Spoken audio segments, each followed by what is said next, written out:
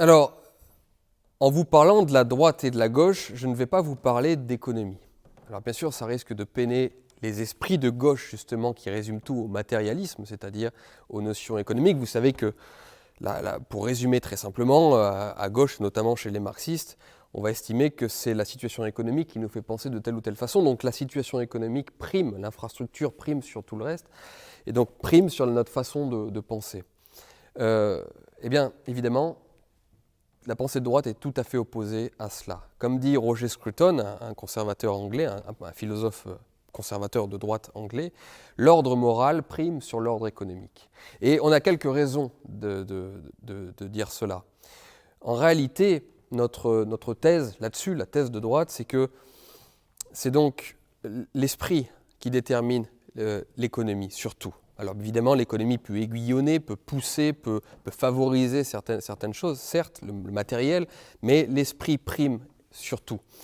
Il y a pas mal, d'ailleurs même je pense Régis Debray, qui est un homme de gauche qui est en voie de reconversion, en tout cas de rédemption, est quelqu'un qui était marxiste, trotskiste dans sa jeunesse, et il a écrit dans un interview au Monde, il a dit justement qu'il s'était trompé et qu'il s'était aperçu avec le temps que le politique primait sur l'économique et que le culturel, en fait, donc l'esprit primait sur le politique. Et il est en train de changer d'idée de ce point de vue-là.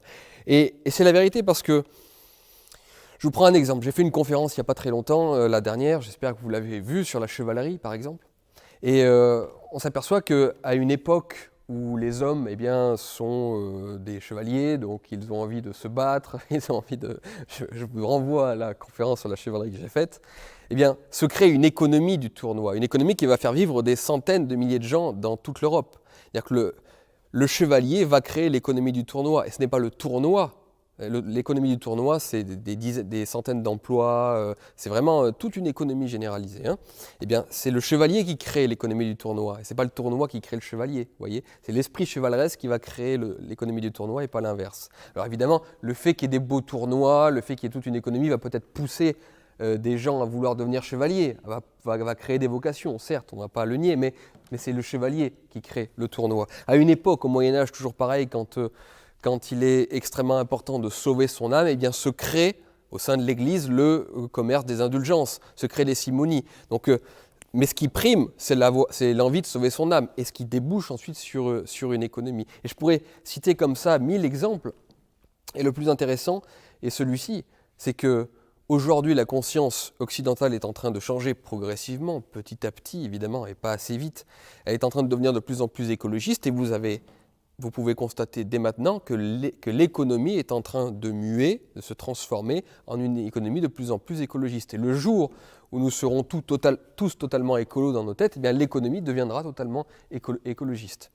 C'est que nous ne sommes pas encore assez écolos, qui fait que nous avons encore une grosse partie de l'économie qui ne respecte pas l'écologie. Donc en fait, la conscience, l'ordre moral, comme dit Scruton, détermine l'ordre économique. Et ça, c'est très très important à comprendre. Et en fait, d'ailleurs, vous savez, tous les gens qui disent oui, mais l'économie décadente actuelle, le porno, la consommation à outrance et tout cela, c'est ça qui crée des individus décadents. Eh bien non, l'homme de droite va penser l'inverse. On reviendra là-dessus un petit peu plus tard, mais c'est justement parce que il y a un homme postmoderne en déréliction totale à cause des conditions historiques, à cause de sa psychologie actuelle, à cause de pas mal de choses, qui détermine cette économie-là. C'est-à-dire que c'est ce qui est important, le postulat, la base, c'est l'individu totalement paumé, qui n'a plus de racines, totalement déraciné, et qui n'a plus de colonne vertébrale en lui, qui le pousse à vouloir consommer de la merde et à vouloir bénéficier et profiter d'une économie qui est jugée